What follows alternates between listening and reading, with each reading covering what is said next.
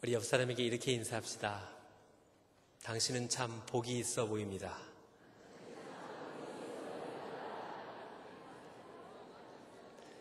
여러분, 지금 한 말이 이단들이 하는 말인 줄 아십니까? 제가 오래전에 잠실에서 버스를 타고 기다리는데 어떤 이쁜 아가씨였습니다. 이쁜 아가씨가 저를 보더니 저한테 이게 다가오는 거예요.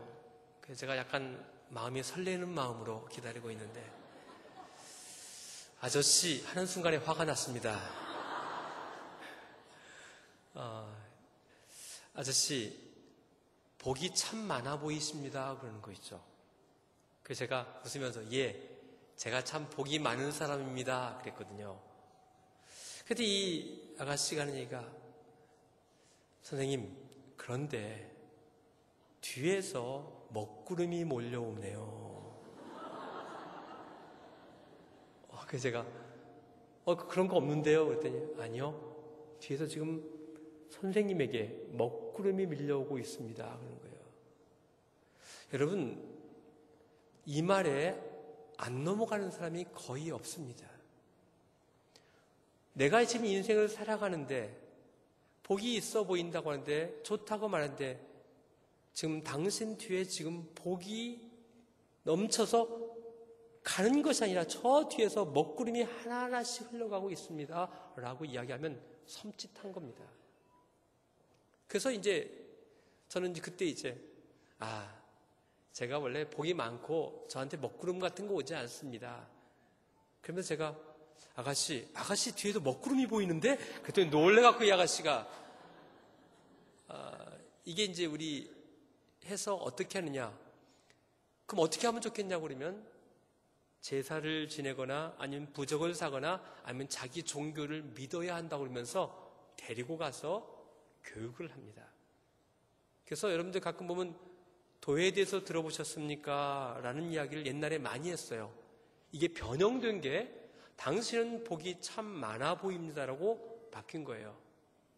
그러니까 우리도 옆 사람에게 다시 한번 인사할 때는 그렇게 인사하지 말고 당신은 복 있는 사람입니다 라고 인사하겠습니다. 당신은 복 있는 사람입니다.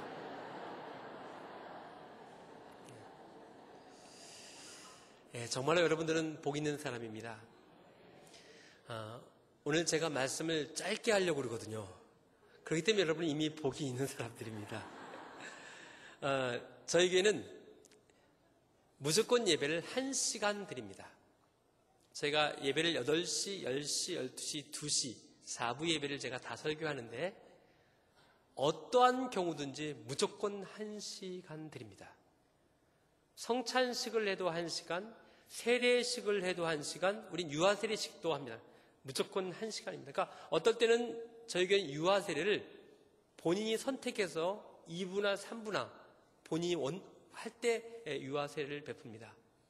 그러면 유아세례 2부 있고 3부 없어도 똑같이 1시간에 끝납니다. 제가 그 비법을 알았어요. 어떻게 하면 되느냐? 시간 되면 끝내면 돼요.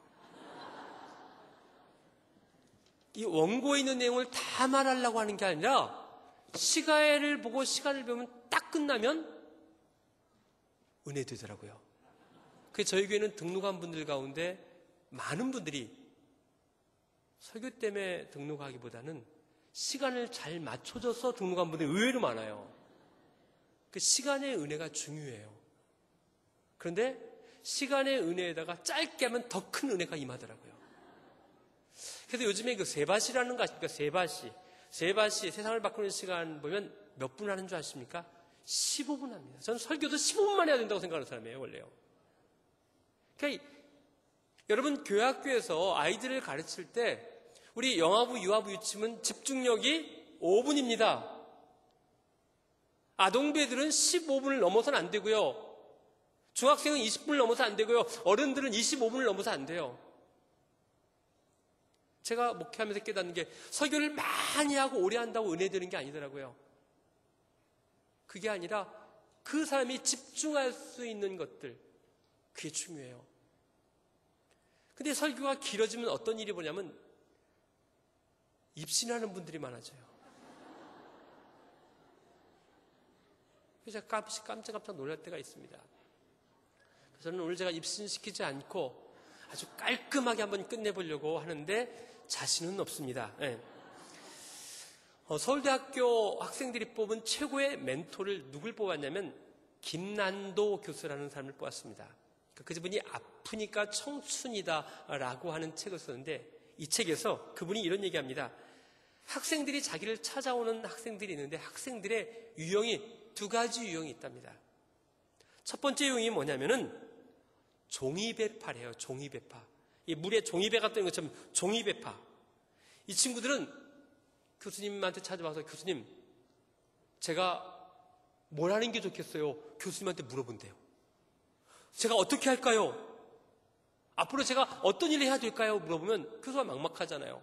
그럼 물어본대요. 네가 좋아하는 게 뭐니? 네가 잘하는 게 뭐니? 없대요. 그래서 우왕좌왕한대요. 그런데 김난도 교수가 노하우를 하나 발견했대요. 그런 친구들을 상담하면서 어떤 노하우냐? 최대한 그 친구들에게 말을 많이 하게 한대요. 네가 중학교 때부터 뭐 했니? 뭐 막 얘기한대요. 한 30분, 40분 얘기하다 보면 끄떡끄떡해지면 교수님도 그렇게 생각하세요? 그런데요. 그렇게 생각하지. 그럼 나갈 때 교수님 정말로 고맙습니다. 교수님 때문에 제 꿈을 발견하고 갑니다. 간대요. 교수는 아무 말도 안 했는데. 제가 목회하면서 청년들을 상담을 많이 했어요. 오면요. 자기네들이 막 떠들어요. 그럼 내가 그래 힘들지 아프지 그래 애썼다. 돌아갈 때 뭐라고 말하는 줄 알아요? 목사님의 상담이 너무너무 좋았어요 라고 말해요. 난 아무 말도 안 했는데. 뭔지 아세요? 들어주는 것.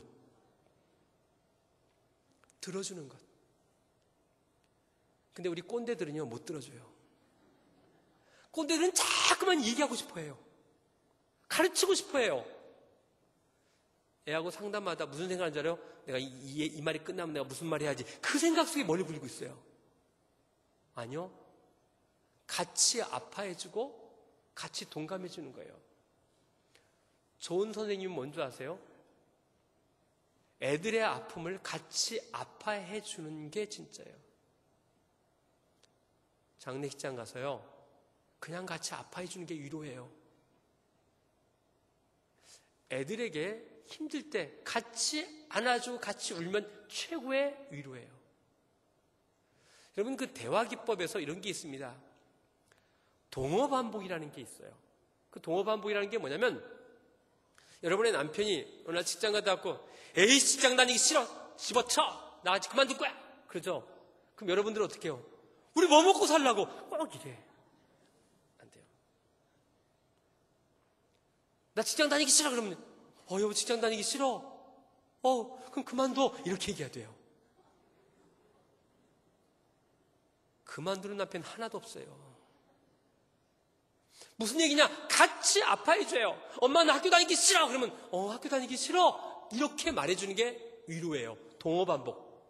오늘부터 여러분 써먹으세요. 집에 가서 엄마 나 미치겠어 미치겠어 다른 말 할 필요 없어.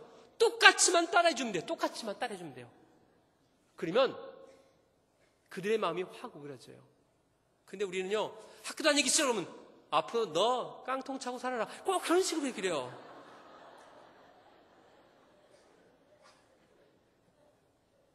진짜 좋은 멘토나 좋은 선생님, 좋은 부모는요 간단해요.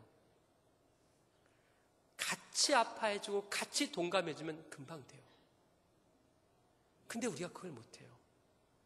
그래서 우리가 듣는 것.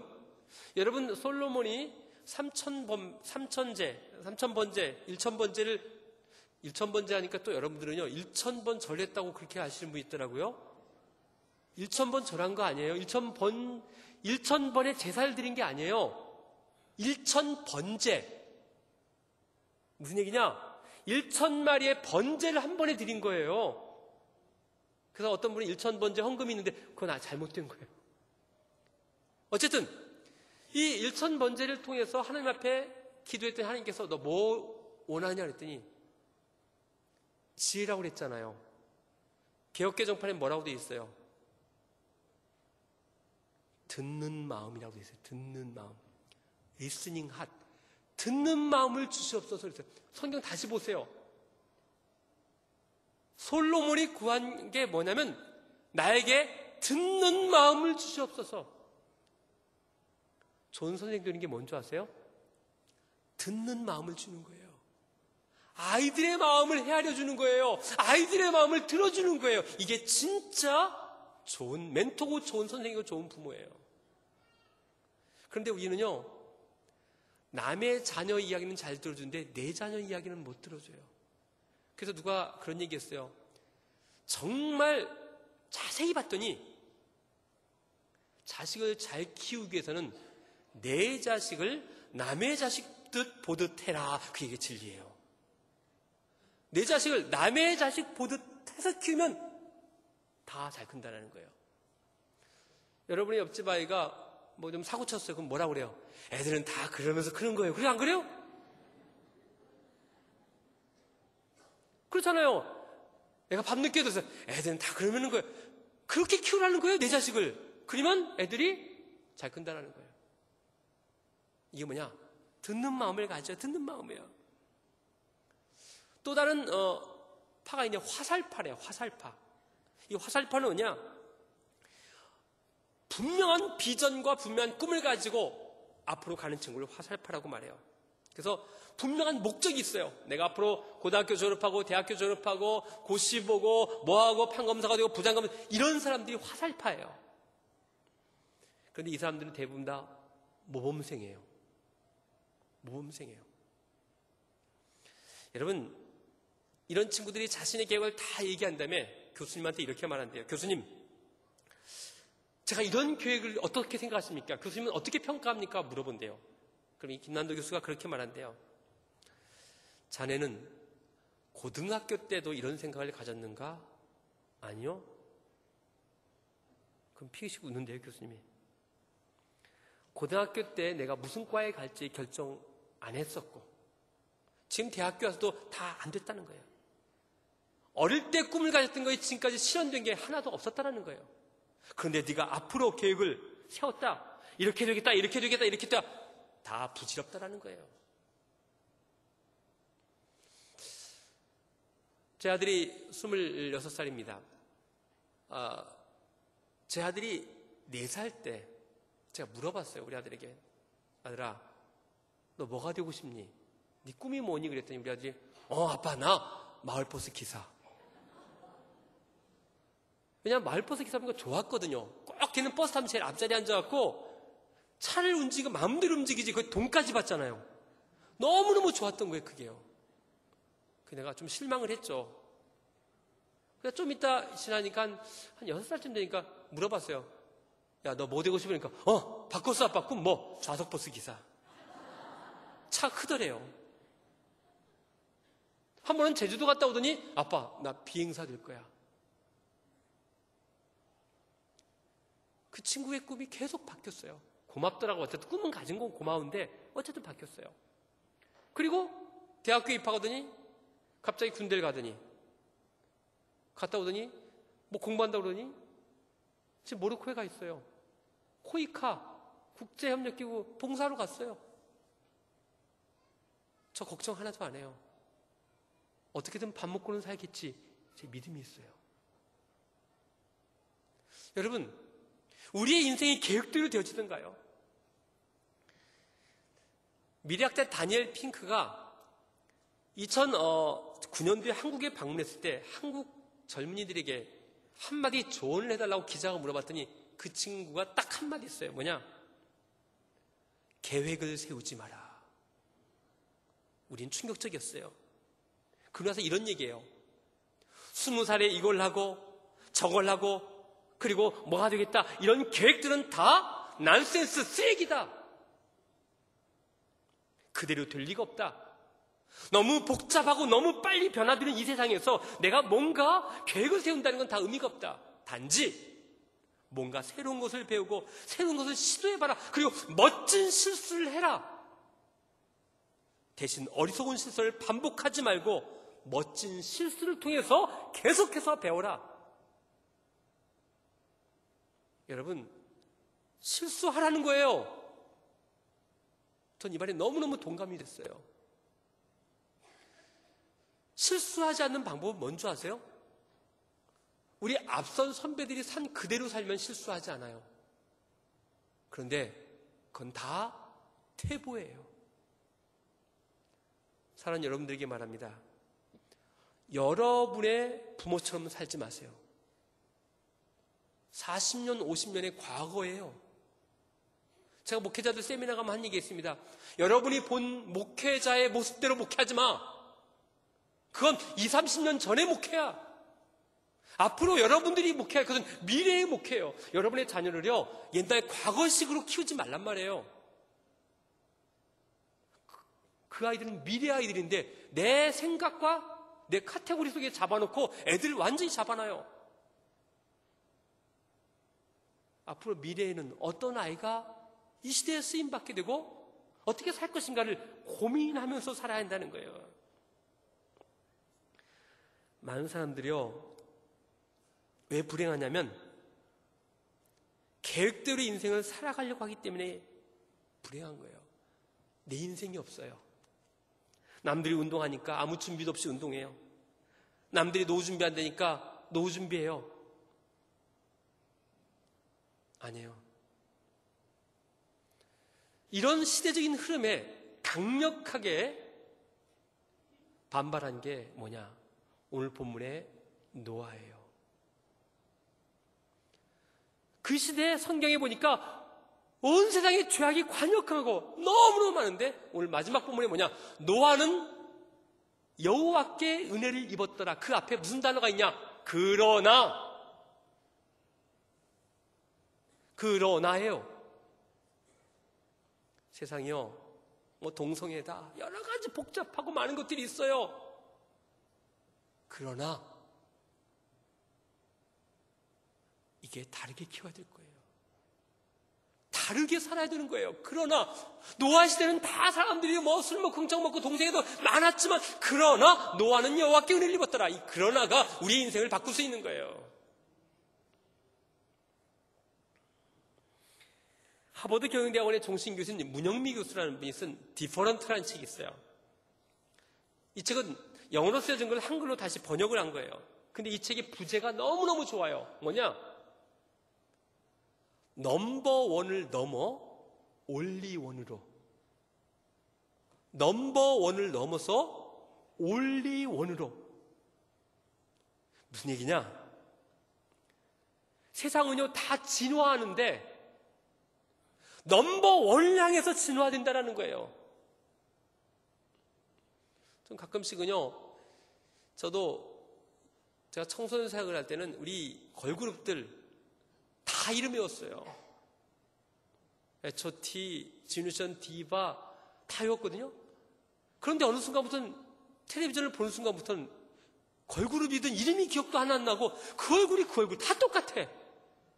여러분 드라마에 보면요, 드라마에 나오는 여자들 다 이쁘죠? 일하는 아줌마도 이뻐. 늙은 할머니도 이뻐. 이게 뭐냐? 미인이라고 하는 넘버원으로 진화되고 있다는 거예요. 그러니까 다 넘버를 추구한다는 거예요. 다 똑같으니까 누군지 모르겠어요. 진짜인가? 아니요, 가짜예요. 여러분, 진짜 하나를 보고 베낀 건 다 가짜예요. 제가 압구정동에서 목회를 좀 했어요. 압구정역에서 딱 내리잖아요. 제가 딱 이렇게 있다가 병원을 쳐보기 시작했어요. 그냥 역에 올라갔고 무려 40개가 넘어요. 무슨 병원이? 성형외과 병원이. 성형외과 병원이 무려 그냥 역에 내려갖고 한 바퀴 돌 40개가 넘어요. 40개. 다 똑같아져요. 다 똑같아요. 다 비슷해요. 여러분, 공부 안 되는 아이들 가지고 자꾸만 공부시키려고 하지 마세요. 여러분 공부 안 되잖아요. 부모의 DNA인데 어떡하란 말이에요. 인정하셔야죠. 보니까요, 부모가 가지고 있는 DNA예요. 제가 이런 얘기합니다. 가장 불쌍한 아이들은 엄마 아빠가 똑똑한 부모의 아이들입니다. 제가 압구정동에서 이제 목회할 때 중학교 2, 3학년들을 가르쳤는데요. 중2, 3애들이 다 주눅 들어 있어요. 왠지 아세요? 엄마 아빠들이 다 똑똑해. 다 교수야.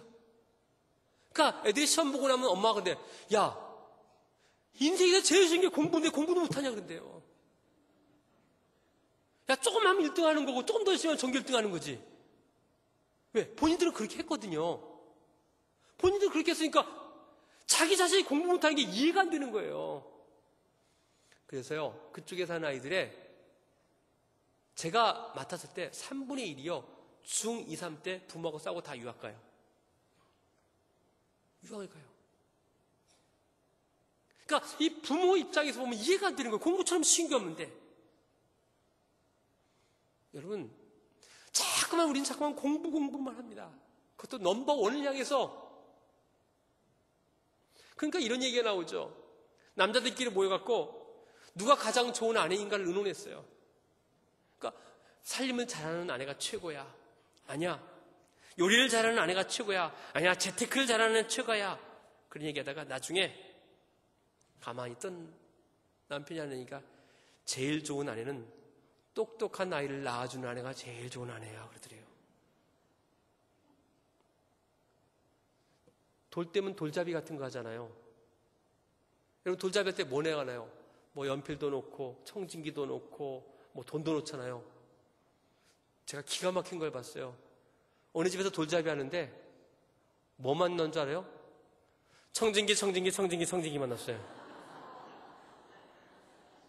다른 건 근처에도 못 두겠어요. 지금 자녀들을 왜 공부시키는가? 넘버원 되려고. 근데 정말 넘버원 되는가? 근데 이게요, 파멸이에요, 파멸. 넘버원은 뭐냐면 1년로 줄 세우는 거예요. 1등, 2등, 3등, 4등 줄 세우는 거예요. 여러분이 줄 세우는 게 얼마나 우리를 파멸시키는 줄 아세요? 내 아이들보다 수단과 방법을 가리지 말고 넘버원이 되려고 하다 보니까 애들이요, 친구도 없어요. 노트 안 빌려줘요. 오로지 1등. 근데 제가 물어보고 싶어요.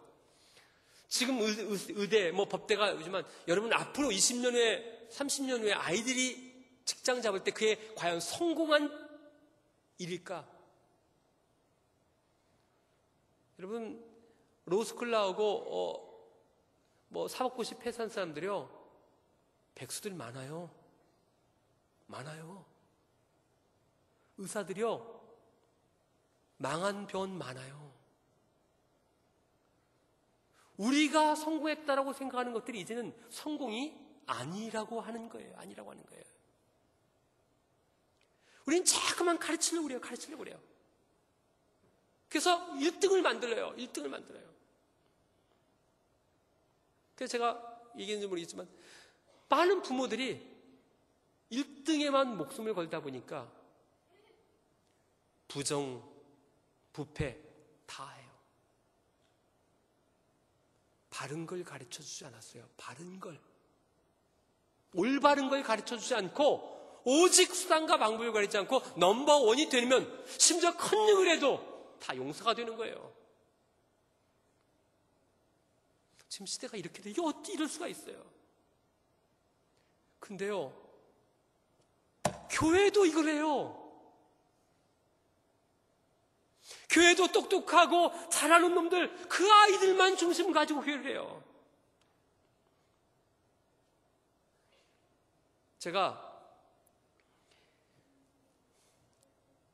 교육목사로서 부임했던 교회, 성경 퀴즈 대회를 했어요. 그래서 그 노예에서 하면 우리가 항상 1등을 했어요. 근데 어떻게 했는 줄 아세요? 애들을 붙잡아 놓고 합수훈련을 시켰어요. 성경 공부. 그러니까 1등할 수밖에 없죠. 죄송하지만요, 그렇게 1등하는 애들 지금 교회 안 다녀요. 안 다녀요. 지식이 신앙이 아니더라고요. 1등이 신앙이 아니더라고요. 근데 아직도 우리는 계속해서 가르치려고 그래요. 제가 선생님들에게 물어볼게요. 선생님 경력된 지 몇 년 됐어요? 5년, 6년, 7년. 고등학생들한테 물어보세요. 너 학생 된 지 몇 년 됐냐? 최소한 12년 됐어요. 걔네들은 전문가예요. 아세요? 학생들은 학생들이 전문가예요. 그 선생님이 준비 안 했는지 다 알아요. 여러분들이 이제 교사 3년, 4년이지만 애들은 학생 된 지 벌써 10년이 넘었기 때문에 프로예요. 여러분이 뭔가 가르치려고 하죠. 다 알아요. 근데 뭐 지식을 가르친다고요? 여러분, 죄송하지만 지식 네이버인에게 물어보면 다 알려줘요. 아세요? 이제 지식의 시대가 아니에요. 여기에 물어보면 다 알려줘요.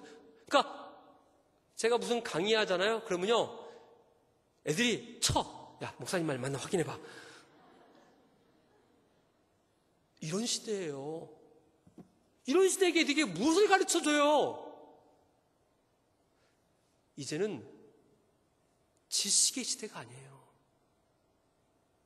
제가 앞으로 여러분들의 자녀들에게 팁을 주면 2가지가 여러분의 자녀를 승패를 갑니다.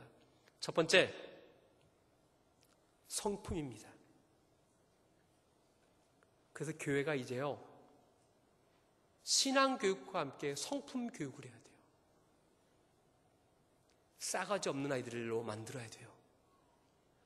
예절을 가르쳐야 되고요, 매너를 가르쳐야 되고, 인간관계를 교회에서 가르쳐줘야 돼요. 이게 성품 교육이에요. 그래서 지금 제가 보면요, 우리 많은 사업하시는 분한테 물어보면 알바생들이요, 얼마나 무례한지 모른대요. 안 나오면서 문자 하나 없대요. 전화 한 통 없대요. 전화하면 전화도 안 받는데요. 그러니까 이 성품들이 너무너무 안 되고 애들이 다 병들어 있는 거예요. 여러분의 자녀를 정말 이 시대에 인정받고 성공하는 인생으로 살게 하려면요, 좋은 성품을 만들어야 돼요. 그 성품이 결국 나중에 승부처가 됩니다. 또 하나는 뭐냐? 융합 능력입니다. 이걸 통섭 능력이라고 말하기도 하고 융합 능력이다. 이건 뭐냐? 내가 미술을 하는데 미술을 하면서 수학과 연결할 수 있는 힘을 가진 게 융합이에요. 미술만 하는 사람은요, 안 돼요. 수학만 하는 사람은 안 돼요. 수학과 미술을 서로 연결할 수 있는 사람. 이게 뭐냐? 융합 능력이에요. 근데 이 융합 능력을 누가 할 수 있느냐? 자유로운 영혼을 가진 사람이 할 수 있어요. 한마디로 날라리를 경험해봤던 사람이요. 여러분 혹시 이 보보스라는 말 아세요? 보보스? 이 보보스라는 말은 부르지온과 보헤미안의 합성어예요. 이걸 제가 바꾸면 모범생과 날라리의 합성어예요. 예전에는 모범생이 잘 됐어요. 뭐 공부도 잘하고 착하고 애들이 잘 됐어요.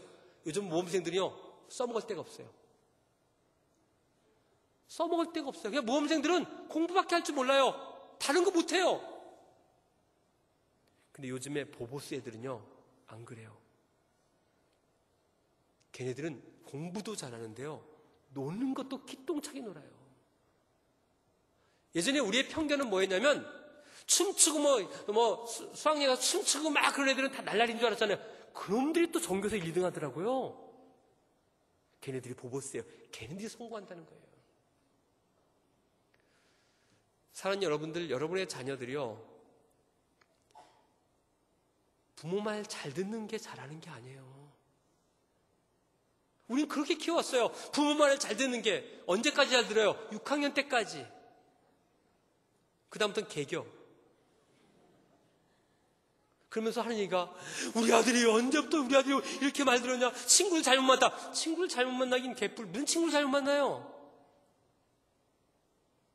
여태까지는 힘이 없으니까 숙였다가 힘이 나면 한번 개기는 거예요. 여러분, 여러분의 자녀들에게 많은 것을 경험하게 해줘야 돼요. 그래서 여행도 좀 보내기도 하고 혼자 내보내기도 하고 이런 것들을 많이 해야 돼요. 그래야 그 아이들이 나중에 자유롭게 융합을 할 수 있는 능력을 만들어줘요. 이거 조금 벗어나는 이야기지만 여러분의 딸들 집안에서 금이야 오기야 공주처럼 키우면요 시집 못 가요. 시집 못 가요. 연애하는 거 지켜보세요. 괜찮아요. 연애 시키세요. 여러분, 여자들이 결혼해서 가장 후회하는 게 뭐냐면요, 연애 안 해본 거래요. 그런데 연애 안 한 여자와 결혼한 남편들은 더 불행해요. 왠지 아세요? 연애 안 하고 결혼한 여자는 남자의 상을 딱 2가지 상밖에 없어요. 첫 번째는 텔레비전에 본 연예인 남자상. 그게 남자인 줄 알아요. 두 번째 남자는 아빠예요. 아빠와 연예인밖에 없어요. 남편이 아빠처럼 기다려주나요? 연예인처럼 멋있나요? 그러니까 속았다고 그러죠. 결혼 내가 속았다고.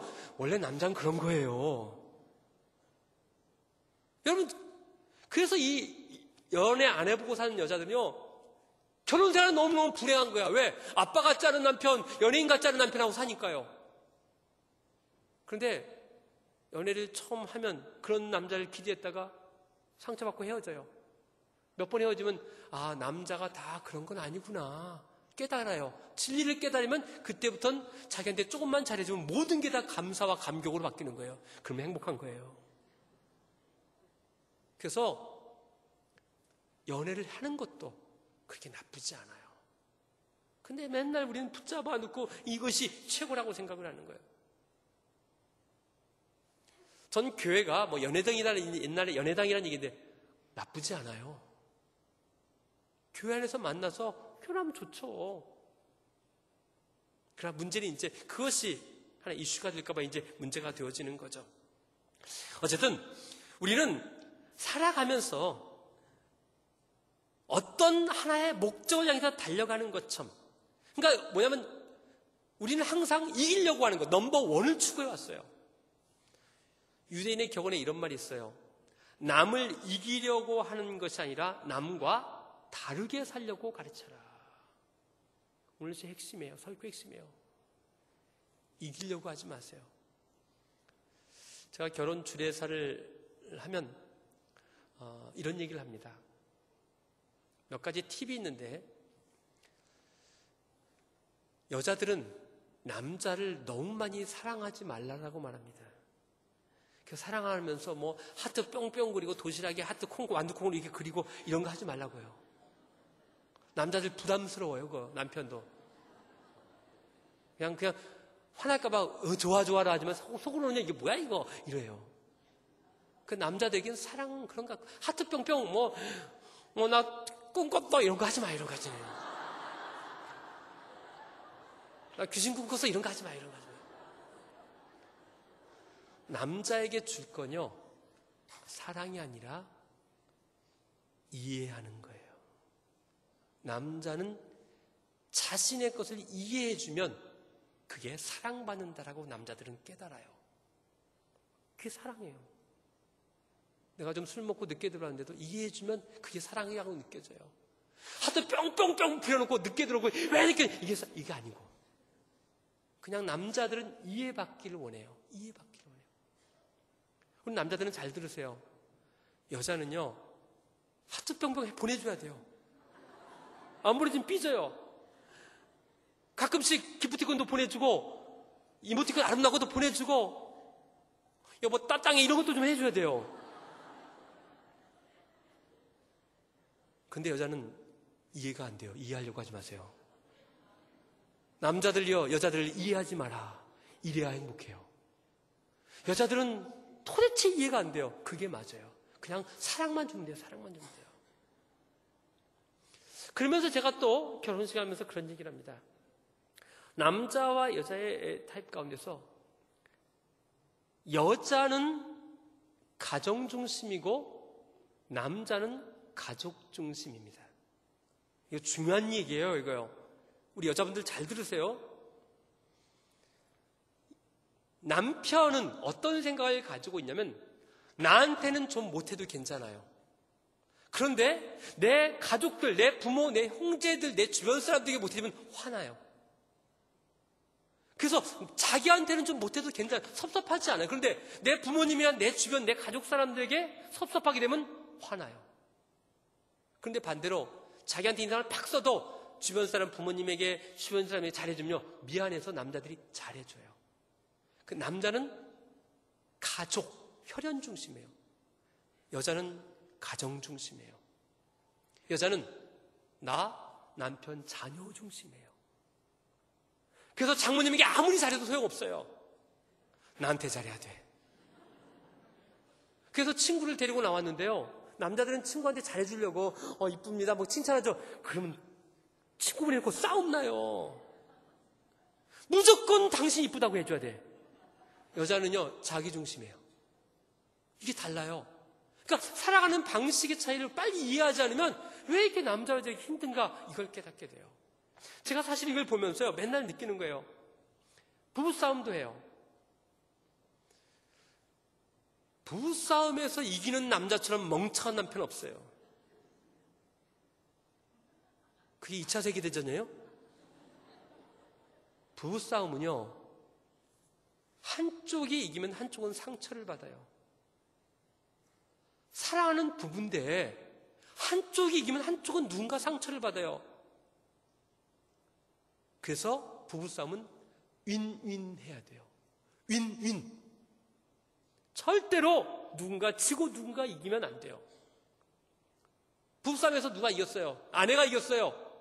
남편 그 다음날 더 늦게 들어와요. 남편이 이겼어요. 그 다음부터 아내 반찬이 천천해져요. 목이 뭐 좋아요.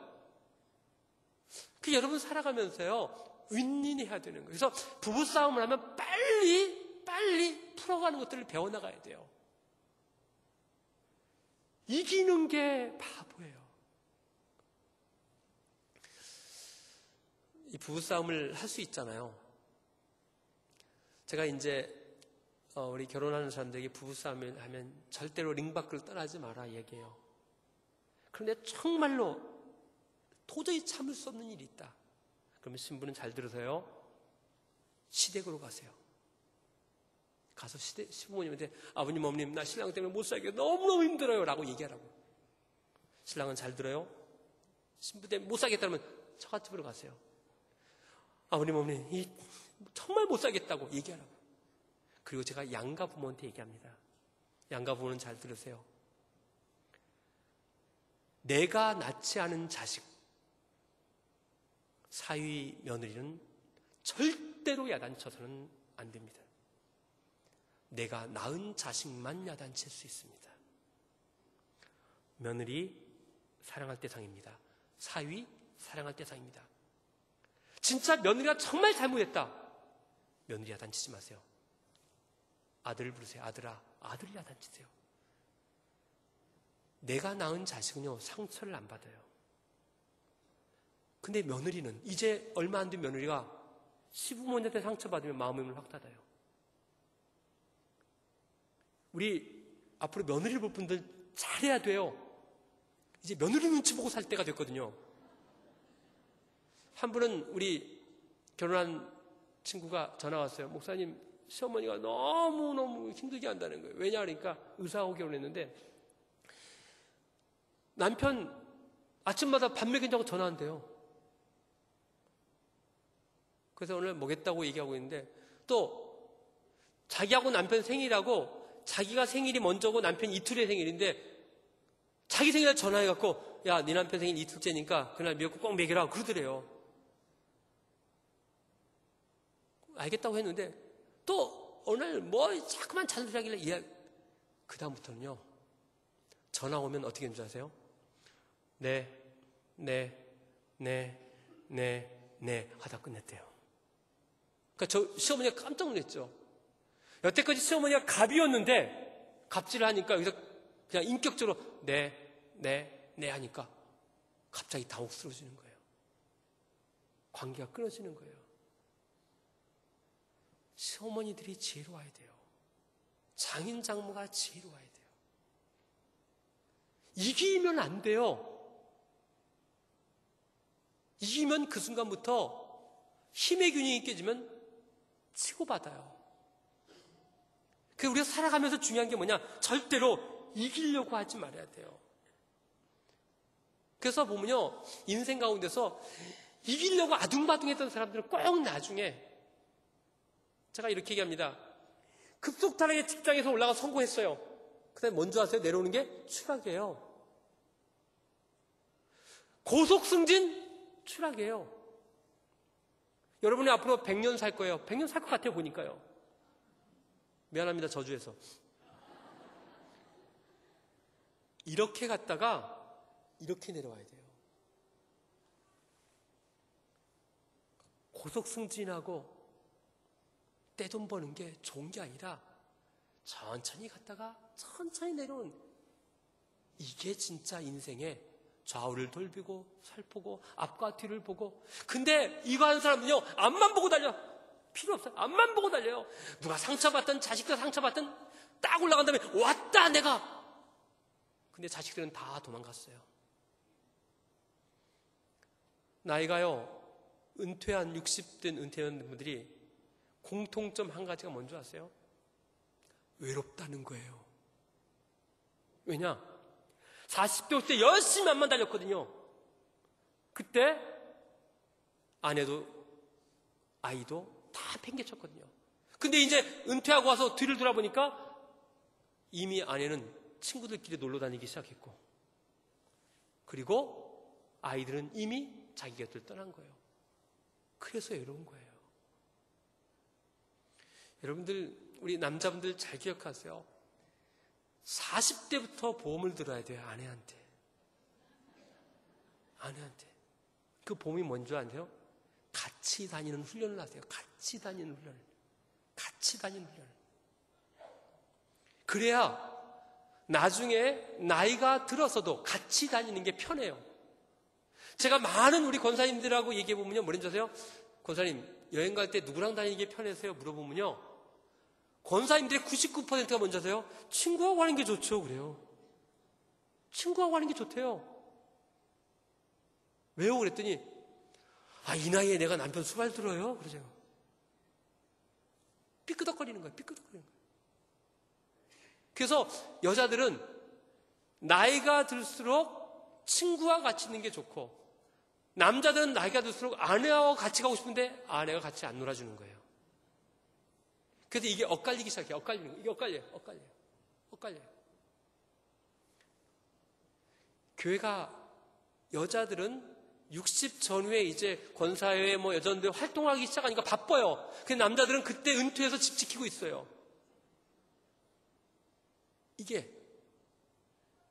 그러니까 이걸 빨리 함께 다니고 함께 어울리는 것들이 훈련되어져야 돼요. 근데 제가 한 번은 성경 공부하는 그룹에 가서 물어봤어요. 여러분들은 여행을 누구랑 같이 가고 싶냐고. 그랬더니 전 친구랑 가고 싶다고 얘기 나올 줄 알았는데, 이분들이 아니요, 남편이랑 가고 싶대요. 깜짝 놀랐어요. 알고 봤더니 이분들이 외교관 부인들이에요. 외교관. 그러니까 이 외교관 부인들은 30대, 40대 때 계속 부부만 같이 움직이는 거예요. 같이. 그러니까 자기네는 남편이 없으면 불안하대요. 근데 지금 우리는 남편이 없으면 행복하잖아요. 출장도 안 가는 남편은 왜 저러는지 모르겠다고 그러고, 주말 부부는 무슨 복이 저렇게 많냐고 그러고. 그러니까 이게 지금 우리 삶 속에서 이루어지는 것들이 이기려고 했던 거예요. 여러분, 이기는 게 능사가 아니라는 거예요. 누군가 이런 얘기 했어요. 남들을 따라하는 것은 삼류, 남들을 이기는 것은 이류, 남들과 다르게 하는 것은 인류. 오랫동안 청소년 사역을 하면요, 애들에게 중요한 열등감이 있어요. 열등감이 두 가지예요. 하나는 성적에 대한 열등감이에요. 근데 그건 뭐 수치로 나오니까 방법이 없잖아요. 두 번째 열등감이 외모에 대한 열등감이에요. 키, 외모에 대한 열등감이에요. 그래 놀라운 사실은요, 사춘기 애들 보면 애들이 이쁘고 매력적인데 자기에 대해서 비하해요. 물어보세요. 여러분 교회 가서 우리 중고등학생, 초등학생 너 참 이쁘다 그러면 애들이 아니라고 막 자기 외모에 대해서 비하해요. 열등감이 얘기해요. 자신이 못생겼다라고 말하는 거예요.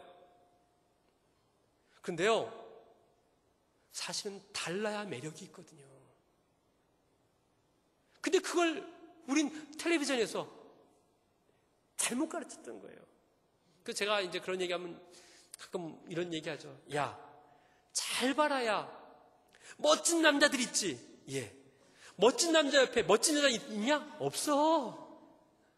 멋진 남자 옆에는 매력 있는 여자가 있는 거야. 아세요? 멋진 남자 옆에는 매력 있는 여자가 있는 거예요. 그게 다른 여자라는 거예요. 그러니까 우리가 살면서 지금까지 우리는요, 1등, 넘버원 하다 보니까, 제가 청소년 집회 가면 설교 시간에 이런 얘기 합니다.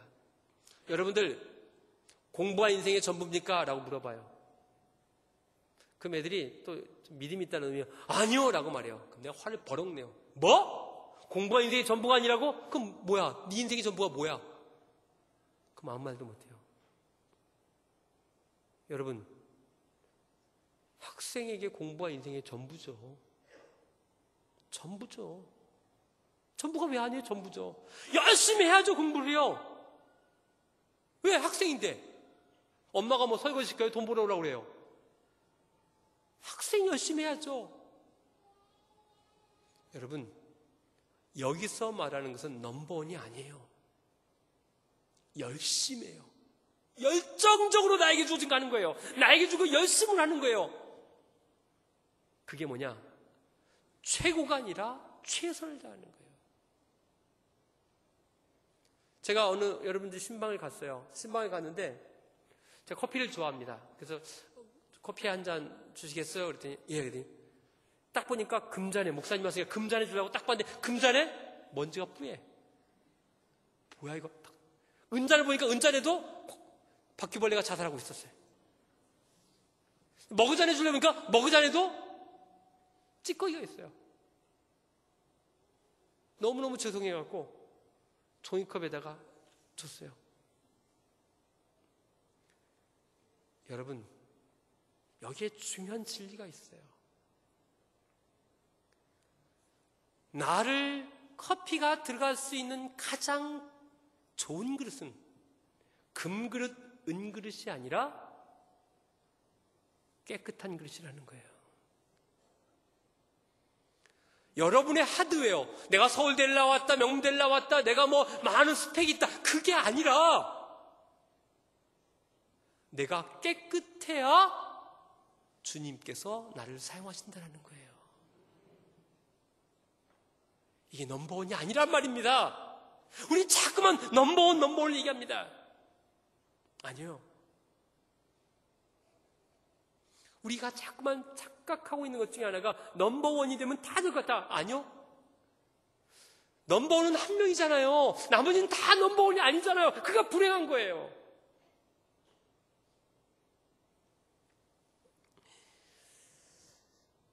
교회는요, 넘버원을 추구하면 안 돼요. 교회는 세상과 달라야 돼요. 찬양대에 찬양이 있어요. 세상과 따라하면 안 돼요. 달라야 돼요. 그 찬양에 영혼이 담겨져 있어야 돼요. 은혜가 있어야 돼요. 여러분의 가르치는 교육이 아이들에게 성경을 좀 많이 외우고 많이 가르치는 게 아니라 그 아이들에게 정말 영혼이 바짝바짝 뛸 수 있도록, 심장이 막 움직일 수 있도록 애들을 터치해주고 만져주고 회복시켜주는 게 진짜 교사란 말이에요. 여러분, 성경 지식 여러분들이 아이들보다 더 많이 한다고? 아니요. 저는 제가 어릴 때부터 교회를 다녔는데 저를 해줬던 우리 지금 장로님, 은퇴 장로님 되신 분이 저를 가르쳤어요. 가르쳐준 거 기억 하나도 안 나요. 근데 기억나는 게 딱 두 가지 있어요. 떡볶이 사준 거. 또 하나는 날 안고 눈물 흘리며 기도해 준 거. 나를 안고 눈물 흘려 기도해 준 것, 그건 기억나더라고요. 가르침이 우리를 변화시키지 않는다고 그랬어요. 그런데 나를 정말로 품에 안고 사랑해 주는 것, 이게 진짜 나를 변화시키는 거예요. 여러분, 지금 우리 세상이요, 뭘 가르쳐주는지 아세요? 진리라고 가르쳐주는 것이 있는데 잘못된 길, 내비게이션을 가르쳐주고 있어요. 이 세상이 어떤 내비게이션이냐? 물질이 최고라는 만능주의가 가르쳐줘요. 죄송하지만요, 여러분 안에도 물질이 최고라는 생각을 해요. 자신도 모르게 이미 우리는 이 자본주의 세상에서, 그래서 교회를 크게 짓는 것도, 성전을 크게 짓는 것도 다 하나님의 뜻이라고 말해요. 그게 만모니즘이에요. 교회에서 돈이 많으면 유세를 떨어요. 만모니즘 아니에요? 친구 만나면서 돈이 있다면 목이 힘줘요. 만모니즘이에요. 여러분, 스스로에게 한번 던져봐야 돼요. 세상과 다르게 사는 게 뭔가? 돈을 많이 버는 거, 권력을 잡는 거, 그거 아니거든요. 근데 우린 자신도 모르게 내 아들이 성공한다고 말하면서, 비전을 말하면서 뭘 말하느냐? 결국은 돈 많이 버는 거, 권력을 많이 잡는 걸 얘기하고 있어요. 나 자신도 모르게.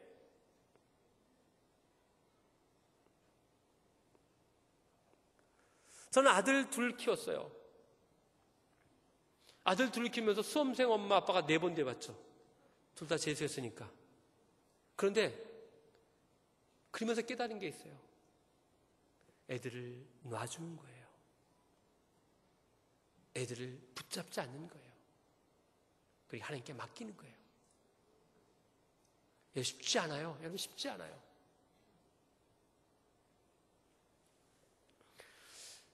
이번 우리 세상 속에서 살아가는 내비게이션 두 번째가 뭐냐? 나 중심으로 사는 이기주의 길이에요. 이기주의 길.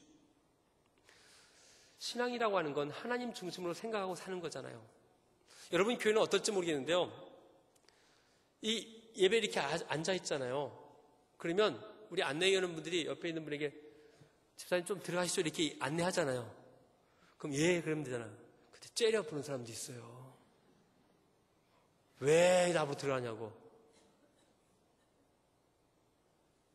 오늘 은혜 받고 가요. 그래, 내가 좀 다르게 살아보자. 나가서 저 교회 앞 주차장에 싸우지 마요. 제발 부탁이야. 왜 빵빵을 왜 안 나가? 막 왜 새치게? 오늘 분명히 또 그런 일 있어요. 조금 참아요. 난 이게 진짜 예수 믿는 거라고 생각을 해요. 세상 사람들은 늘 자기 중심이에요. 내 생각이에요. 내 생각. 나만 옳다라고 생각해요. 여러분, 교회 보면요, 몰상식하는 사람들 정말 만날 때 있어요. 누군가 이러더라고요. 이 세상에 가장 소중한 사람이 누구냐? 나. 한 글자가 나예요. 두 글자가 뭔지 아세요? 또 나. 세 글자가 뭔지 아세요? 역시 나. 네 글자, 그래도 나. 다섯 글자, 다시 봐도 나. 이게 우리 인간이에요. 우리 인간이에요. 근데 얼마나 사람들이 사악한지 몰라요. 어느 날 어느 집사님이 운전하고 하다가 접촉사고를 냈어요. 근데 보니까 경미하고 아무렇지도 않아요. 사람도 다치지 않은 것 같고. 그래서 그냥 가라고 하는 거예요. 그래서 아니라고. 그래서 모르니까 혹시 명함 하나 줬어요. 뭐 이틀 동안 연락이 없어요. 근데 이틀 후에 전화가 왔어요. 자기 병원에 입원했는데 돈 보내라고. 그 이틀 동안 무슨 일이 일어났을까요? 아픈 게 아니었어요. 야, 내가 오늘 운전하고 왔는데 이런 일이 있었어. 그래서 그냥 보내줬어. 주변 사람들이, 야, 이 바보야. 그게 멍청, 그러면 안 되는 거야. 너 입원해. 그리고 전화했고 보상금 합의 받아. 주변 사람들이 알려준 거예요. 이게 사악한 시대예요. 이게 사악한 시대. 여러분, 내 것을 챙겨 먹어야 한다고 생각하는 게 이 세상이에요. 근데 우리는 다르게 살아야 돼요. 세 번째는 뭐냐? 지금 잘 먹고 잘 살아야 한다는 이 현실주의예요. 지금 내부 고발자들이 너무너무 어려움을 겪고 있죠. 우리 하나고등학교 내부 고발자가 거의 학교에서 잘려야 할 상황이 되어지고, 올바르게 살려고 하는 사람들이고 나중에 현실과 타협하는 타협주의가 되는 것을 보게 되는 거예요. 사랑하는 여러분들, 여러분이 살아가면서요, 진짜 믿음의 내비게이션을 잡아야 돼요. 세상의 내비게이션을 잡으면 어느 순간에 나도 모르게 세상 사람과 똑같이 걸어가고 있더라고요. 제가 오래전에 일본 광고 하나를 봤는데요. 사실 제가 그 동영상을 하나 가져와서 보여주고 싶은 그 동영상이었어요. 그게 뭐냐면 마라톤 하는 거예요. 42.19km 마라톤을 막 달려가는 마라톤인데, 달려가다가 한 30km 지점에서 달려가던 수많은 사람들이 쫙 흩어져요. 다 흩어져요. 그러면서 뭐라고 말하면, 왜 우리가 저 42.1km를 가야 되냐? 각자 주어진 길로 가자. 쫙 하는 거예요. 여러분, 왜 우리가 공부 반에서 30등 하는 놈도 대학 가야 돼요? 왜 우리가 악착같이 공부만 해야 돼요? 우리가 살아가면서 오로지 넘버원이 뭐냐? 결국 공부고 성공이라는 것에 초점이 맞춰져 있는 거예요. 그럼 예수 믿는 사람들은 어떤 길을 가야 되느냐? 첫 번째는요, 좁은 길을 가야 돼요. 여러분, 이 좁은 길이 뭔지 아세요? 자기를 부인하는 길입니다. 늘 자기를 부인하는 것. 내 중심적인 생각이 아니라 상대방 중심으로 계속해서 움직여지는 것. 이게 바로 진짜예요. 두 번째는 뭐냐? 아무도 걷지 않는 길을 걸어가는 거예요. 아무것도 걷지 않는 길. 그리고 제가 세 번째로 말하는 것이 십자가의 길이에요. 신앙은요, 죄송하지만 십자가의 길을 따라가는 거예요. 그 속에 하나님의 영광이 있는 거예요. 자, 그럼 그 길을 가기 위해서 우리가 해야 할 일이 뭐냐? 미안하지만 공부예요. 여러분, 공부는 지겹죠? 그 공부가 아니에요. 신영복 선생이 쓴 담론이라는 책에 이런 얘기예요. 니체는 철학은 망치로 한다라는 이야기 했어요. 망치로 한다. 이게 무슨 얘기냐? 공부란 우리의 완고한 의식의 틀을 깨트리는 거예요. 지금 여러분들이 제가 오늘 교사 수련회 와갖고 붕에 와갖고 선생님들에게 주고 싶은 메시지 하나가 있는데, 그 중에 하나가 뭐냐? 애들을 내 방식으로 가르치지 말라는 거예요. 사고의 틀을 깨트리라는 거예요. 이것을 뛰어넘어야 돼요. 그래서 머리에 갇혀있는 우리의 생각을 깨트리고 삶으로 변화되는 거예요. 그래서 이것은요, 성공을 위한 공부가 아니라 변화되기 위한 공부, 다르게 살기 위한 공부가 돼야 돼요. 3월달이면요, 입학식 있고 학교에 가요. 제가 첫 번째 아이를 보낸 부모님들의 그 심리적인 상태를 보니까요, 아이들의 성적에 따라서 조울증 환자가 되더구먼요. 조금 시험을 잘 보면 우와 조울증 됐다가 안 좋으면 쫙 조울증 형태가 애들의 성적에 계속 왔다 갔다 해요. 업다운돼요. 한 아이가 엄마 내가 달리기에서 1등 했어. 너무너무 잘했다 라고 해야 되는데 꼭 물어보는 게 몇 명 뛰었니를 물어봐요. 엄마는 학교에서 시험 100점 맞았어. 그러면 잘했다 물어봐야 되는데 100점 맞으니까 몇 명이니를 물어봐요. 우리 교육은요 무조건 이겨야 한다는 거예요. 아니요. 져야 할 때도 많아요. 어느 고을에 고집 센 사람이 있었어요. 이 사람은 정말로 고집이 센데 다른 사람들이 다 무례하고 무지하고 상대를 안 하는데 선비와 논쟁이 벌어졌어요. 어떤 논쟁을 했냐면 6사 23이라는 거예요. 고집된 사람이 그 선비가 무슨 소리냐 6사 24지 아니 되는 거야. 6사 23이지 어떻게 6사 24냐는 거 피 튀기면서 싸우는 거예요. 그러니까 안 되겠다 싶어갖고 이 고을의 원님에게 갔어요. 원님에게 가서 물어봤어요. 왜 왔느냐? 6사 23, 6사 24 어느 게 정답인지 몰라 싸웠다는 거예요. 그래서 이제 고집센 사람이 물어봤어요. 야 6사 23이 맞냐?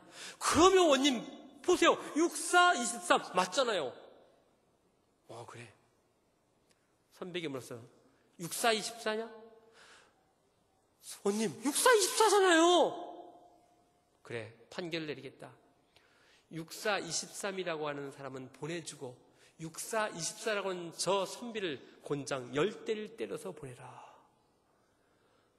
딱 보낸 다음에 이 스님 이 선비가 아니 원님 6사 24가 맞잖아요. 그러니까 야 이 멍청한 놈아 6사 23이라고 싸운 한 사람하고 싸운 너가 멍청한 놈이다. 그랬어요. 여러분 살다 보면요 6사 23 만날 때 많아요. 진짜 많아요. 목회할 때도요 6사 23 많아요. 그러면 그 사람하고 싸우지 말고 너 6사 23이구나 이렇게 생각하면 돼요. 여러분 지금 머릿속에 떠오르는 사람 있죠? 그 사람 그 사람이 6사 23이에요. 그러니까 우리가 자꾸만 6사 23하고 이겨서 뭐예요? 안 그래 이겨서 뭐예요? 그 사람을 받아주고 수용하는 것들이 주자는 거죠.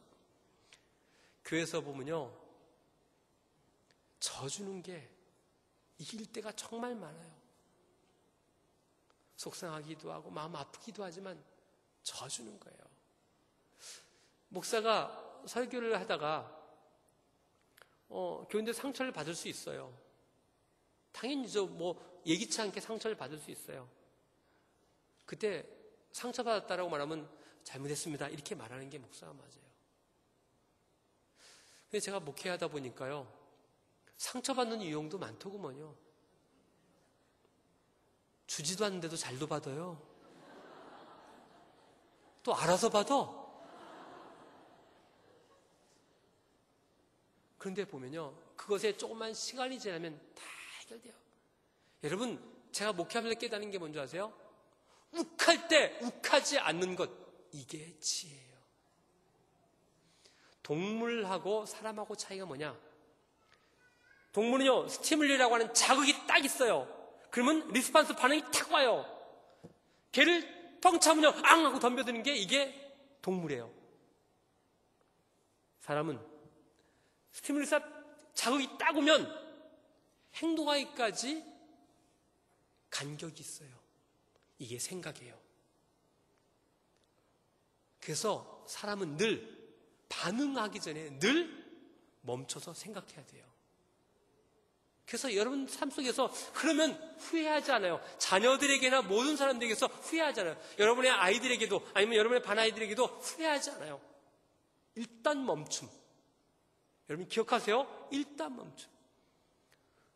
욱하고 후회 안 하는 사람이 있어요?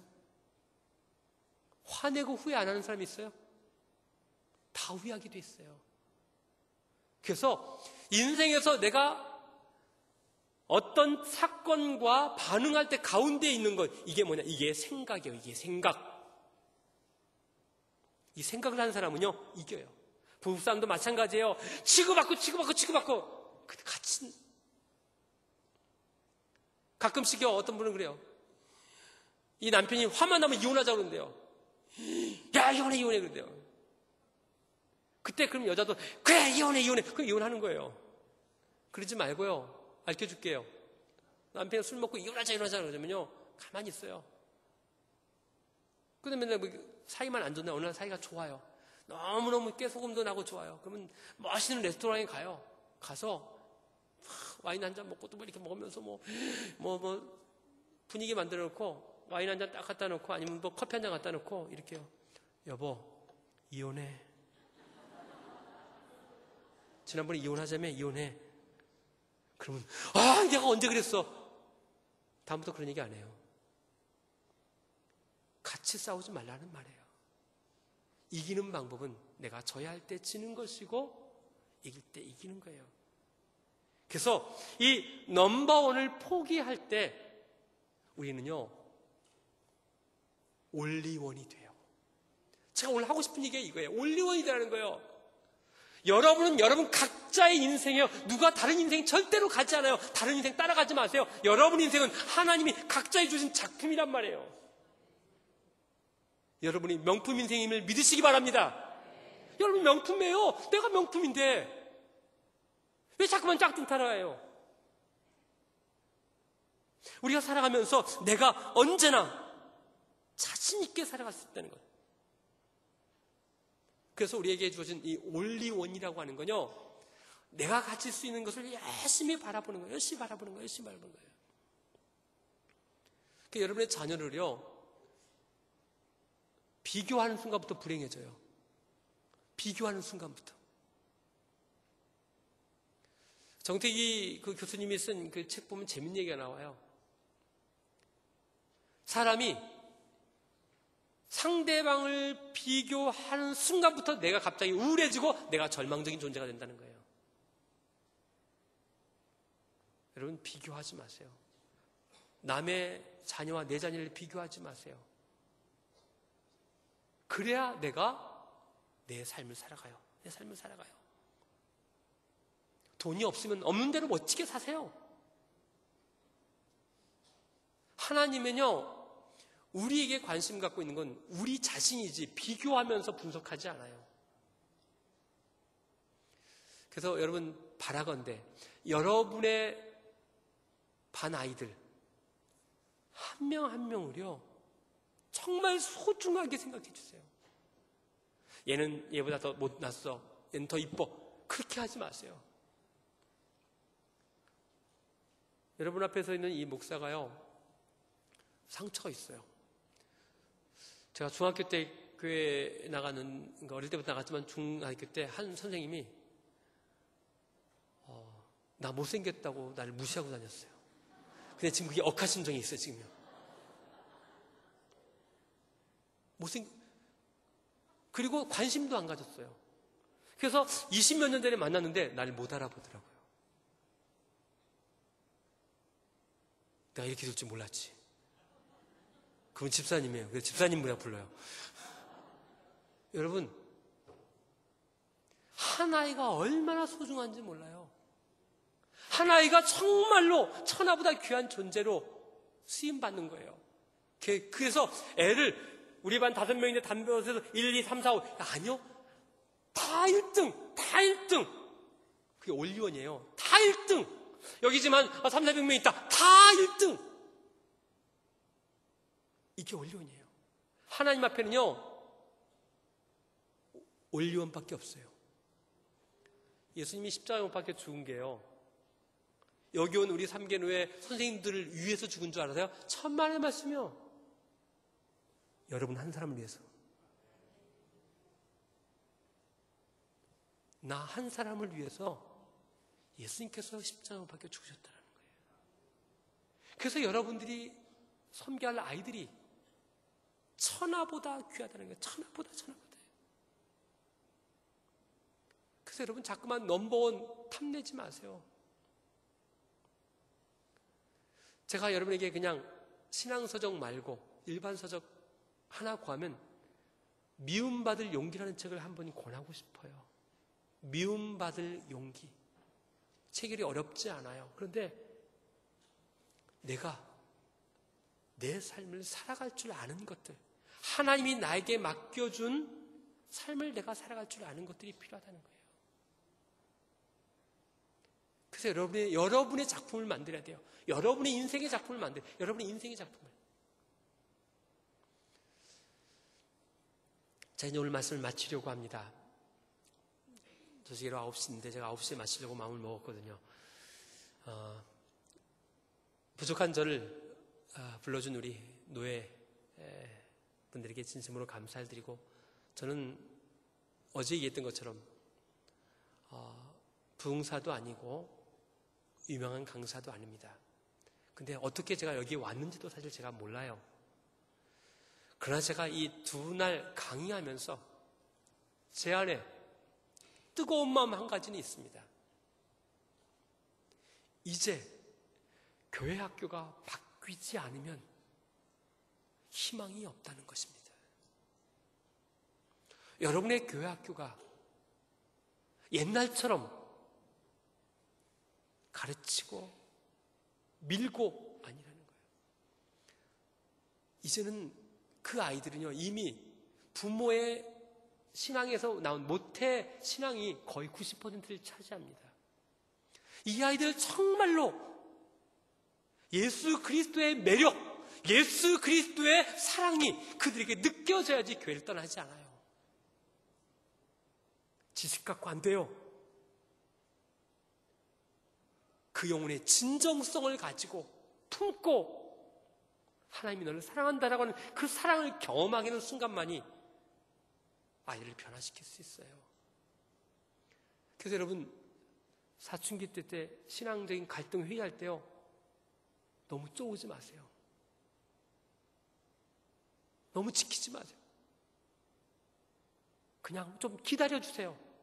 엄마 아빠 너를 믿는다. 엄마 아빠 너를 기다린다. 그래서 그들이 갈등하고 치열하게 고민하면서 그리스도를 선택할 수 있도록 애들에게 시간과 여유를 주는 게 필요해요. 누른다고 눌러지는 거 힘이 없을 때만 눌러져요. 힘이 생기면 튀어나와요. 그럼 감당이 안 돼요. 오늘 사랑하는 여러분들, 이틀 동안에 한번 정말로 우리가 바르게 살아봤으면 좋겠어요. 그래서 저는 우리 교회는요, 2014년도에 다르게 살자, 2015년도에 바르게 살자예요. 신앙이 좋은 것 갖고 안 되더라고요. 이제 바르게 해야 되더라고요. 목사요, 좋은 목사 아니요, 이제 바른 목사가 돼야 돼요. 바른 목사가.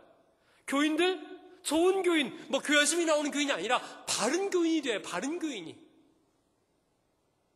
그래야 우리 다음 세대들이 저렇게 예수 믿는 거구나 라고 고백되어지는 거예요.